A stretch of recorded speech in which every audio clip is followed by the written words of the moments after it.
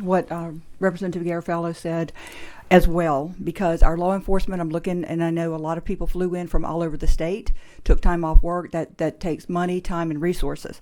And what we're hearing from you guys at the table, and I've heard from the Fraternal Order of Police as well, that you're not going to come up with any kind of solution in a week.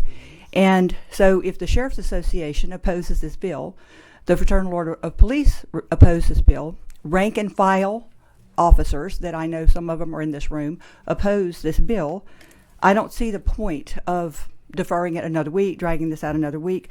We're more than halfway in the session. We've got officers that are retiring, quitting, can't recruit new members, and so we know that this bill is just going to complicate that further.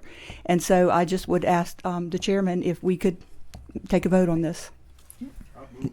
Well, we've already had a motion on it, but thank you, Representative Hodges. Thank you, Chairman. Darrell Basco, President of Louisiana Fraternal Order of Police. I'm just going to make two quick comments. One, everyone behind me, if they would raise their hand and you ask the question if their agency is short, everybody's hand's going to go up. This bill, in deference to some of the early testimony, this bill was a carbon copy of the law in Colorado that was passed on qualified immunity.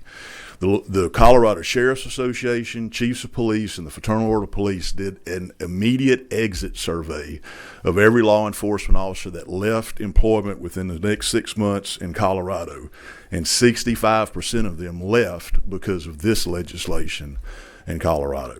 So that's point one. You will see an exodus. It's going to hurt us more regardless of what conversations do. It's the idea of qualified immunity. We've been here for about 45 minutes on this bill. Everything that an officer is being asked to be judged for in qualified immunity usually takes in the place of a span of about 30 seconds that he or she is having to make a critical life decision at that point. Just think about that and let that sink in, that for an hour we've been sitting here listening to testimony on something that's going to affect a decision that a law enforcement officer has to make, shall make, within about a 30-second or less time frame. I'll stand for any questions in the sight of brevity here.